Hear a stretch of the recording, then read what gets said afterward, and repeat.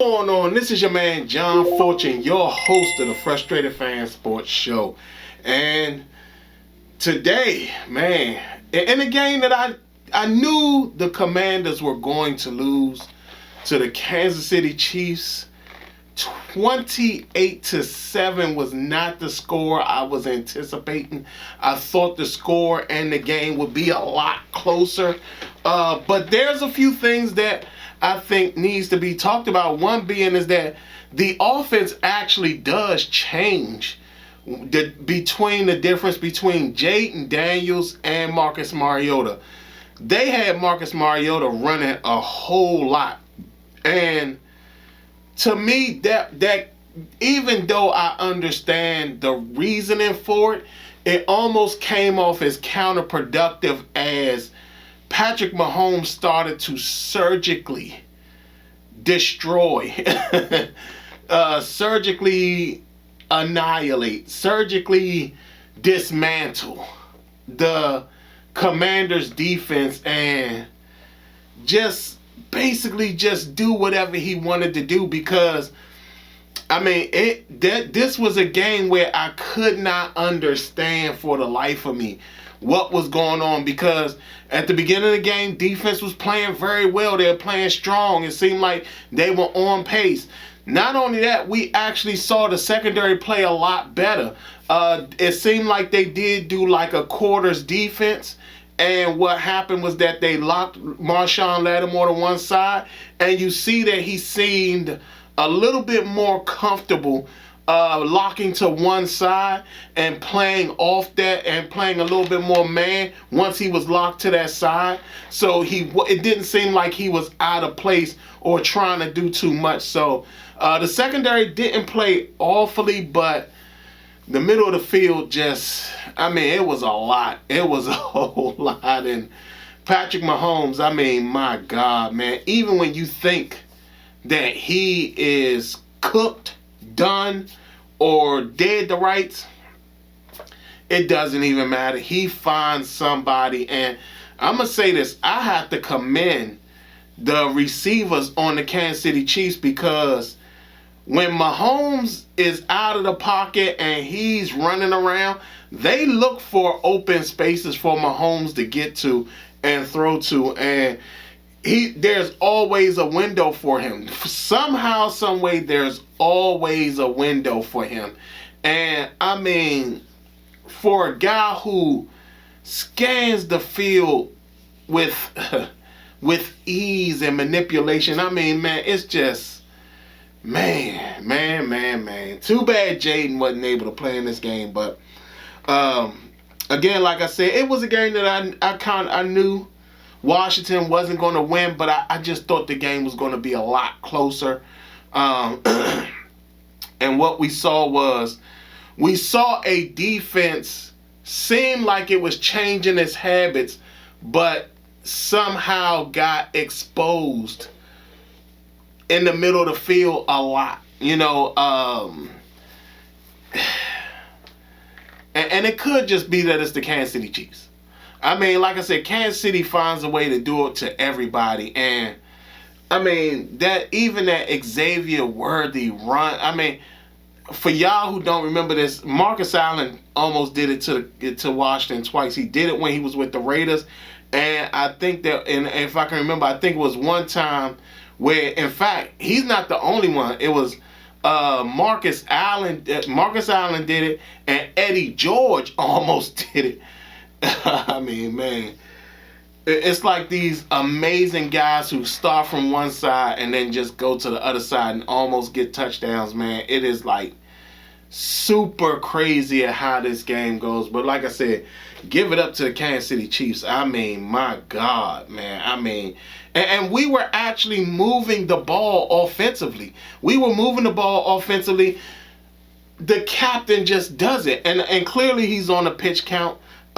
which makes sense. It makes sense that he would be on the pitch count just to make sure that he doesn't re-injure that hamstring or quad or whatever, but we see his impact. And to me, again, it's crazy that we have to say this again, but I'll be the one to say it again.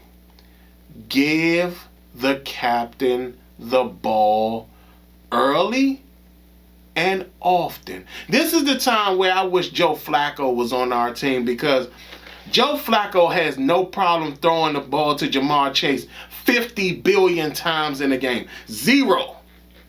And this is one where we gotta, look, I understand the negotiations didn't go the way that neither party wanted it to go. But at the same time, give the man the ball. You see what happens when the ball is in his hands and what happens when they get the ball down the field. Terry just makes it happen. Not only that, he scores the only touchdown in the game for us on a sick toe tap.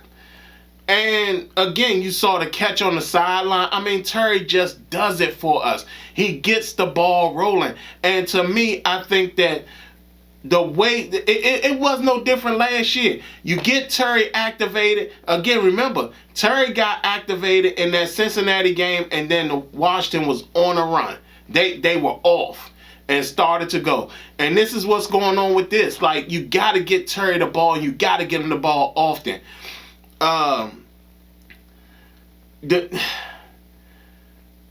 hate to say this, but the Debo plays are starting to come off as way too gadgety. It's starting to come off as way too gadgety, and we saw a big interception due to one of those plays. It hit him off his face mask, and it turned into an interception. So, I mean, thank God it didn't turn into points, but still, at this current moment, it's like the Debo plays are just coming off way too gadgety. There was one play also where he was in motion, came back, stopped, went in motion again just to line up in the backfield, and I think they lost yardage on that play where they threw it to him. So, yeah, it's they have to do something else with Debo. I mean, I want him involved, but you might have to try to get him more in open space when you're throwing the ball in a receiver style of fashion, because, like I said, right now, teams are collapsing in on him. And it's just not, it's not going to be something where if you keep doing this, eventually he will get hurt. Because I think there were 3 plays where they gave Debo the ball, he lost yardage. I think on 3 plays. So, like I said, the Debo plays, they're coming off too gadgety right now. Javon Kinlaw, you got to see what's going on with him. The injury bug just loves Washington this year. Laramie Tunsil went out. Thank God Brandon Coleman is still on the team. Thank God he's still on the team, because, I mean, I couldn't imagine what would have happened if we traded him away like some people wanted him to do, wanted him to be. But this is, again, a thing where it's this guy was just a left tackle last year and he played well. And it's for him to not be on the field is crazy, but still, thank God he was there when Laramie Tunsil went out. And we still don't really know what's going on. They said it was a hamstring. We know how hamstrings are, so.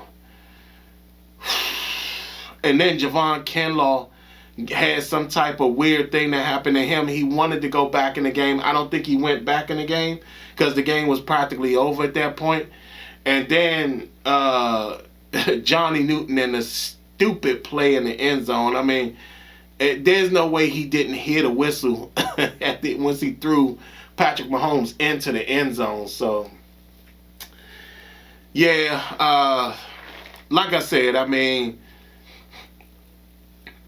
Patrick Mahomes is just a surgeon when it comes to being with the football. I mean, my God, man. I mean, like I said, I mean, he was throwing stuff, and it's how did his receivers know to be in that spot? I mean, how does he see, how does he run this way and see something back this way where you would think that would be like a complete blind spot? Not for Patrick Mahomes. And it's just, man, I mean, you know, there are players that you watch and you're like, oh my God, he's really good. And then there are players that you're just like in awe of what they can do and what they can accomplish. And Patrick Mahomes is the ultimate oh my God player. Like, and I'm talking about, it could be, oh my God could be said, and it's like, oh my God, not again, or oh my God, yes. You know, like, he's just one of those guys, and it's like, man, there are no other quarterbacks like him in the league at all. And people can debate all they want. Patrick Mahomes, without a shadow of a doubt, is the elite of elite when it comes to quarterbacks. There is no one better than him. There is no one you can put over top of him. Even if he is losing, this guy takes apart defenses like it's nothing. Man coverage, it's nothing to him. Zone coverage, it's nothing to him. Quarters, 4-3s, it don't matter. Tampa 2s, it don't matter what the hell is going on. Patrick Mahomes just eviscerates it, man. And it's like, Jesus. Like, I mean, it's crazy at how good this guy is, man. And it's like, man, so, and Washington tried its best. Like, during this game, the game never felt like it was out of touch. Like, it never felt like it wasn't, that Washington didn't have an opportunity to really come and score a few more points afterwards. It just seemed like there was a chance for Washington to really come in and really sit up there and mark their territory, or actually sit up there and like really try their best to really win one, and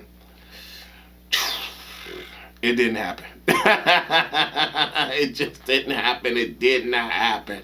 Washington just went down. They went down, and there's nothing they can do. I mean, defensively, Washington actually did pretty well. You're talking about none of their receivers got over 1,000 yards 100 yards receiving, but Rashee Rice, man, I mean, this guy's like, it would be nice if Washington did with Terry McLaurin that Kansas City does with Rashee Rice, that what the Cincinnati Bengals do with Jamar Chase, what the Minnesota Vikings do with Justin Jefferson. I understand he's not those players, but when all you got to do is get your playmakers the ball. Get the playmakers the ball and let them do what they need to do, because that's how you're going to win. It's time. I said this before and I'll say it again. It's time to use Jeremy McNichols as the 3-down back. It's time to start him and make him your every down back. I just think Jeremy McNichols is just that. He's better than the other two. You know, and I understand people like Bill and his explosiveness and things like that. But right now, I told y'all, the tail is Bill. Bill shows up in the game, everybody knows they're running the ball. And right now, he's not great at pass protection. Imagine if Bill was in on that Terry touchdown. Mariota would have probably been killed.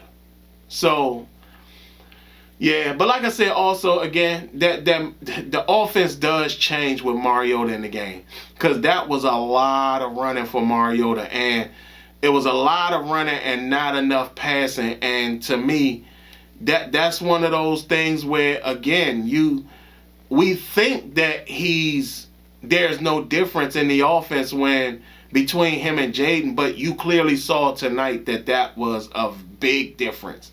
So, yeah, Washington goes down to the Kansas City Chiefs in Kansas City, 28-7. Mahomes is just He is what he is. I mean, he's him. Mahomes is him. There can only be one, and he's the one. This may be dating some of y'all. Some of y'all may understand what I mean, but this references something. But there can only be one. Patrick Mahomes is the one. He's him. There's nobody better than him. He's him. So the surgeon does it again. And now Washington goes back to the drawing board, and they got to go face Seattle at home. But, I mean, Washington hasn't been bad at the Fed trap. Like, they actually got a winning record at the Fed trap. In fact, I think the only loss they got, I think we got one loss at the Fed trap. But because we lost to Atlanta, lost to Green Bay, in Green Bay, in Atlanta. No, I don't think we got a loss at home yet. I think we do.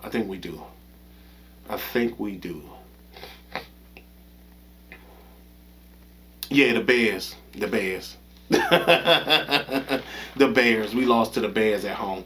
But again, like I said, I'm sorry it took me so long to think about that. But but we got a winning record at home. So again, we get back to the Fed trap.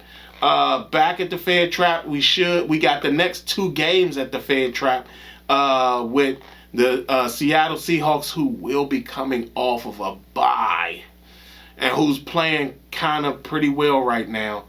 And after that, we got the Detroit Lions, another get-back game. So, y'all tell me what y'all think. How did y'all feel about this game? Did y'all feel that the offense did, in fact, change up? Do y'all feel that Joe Witt is still on the chopping block, or that Dan Quinn didn't do enough? I mean, defensively, they were looking pretty bad. They were looking better. Marshawn Lattimore, again, another game where he's actually looking pretty solid. What do y'all think? Y'all tell me what y'all think in the comments below. Like, comment, and subscribe. Other than that, this has been your man, John Fortune, and it's been a Frustrated Fan Sports Show.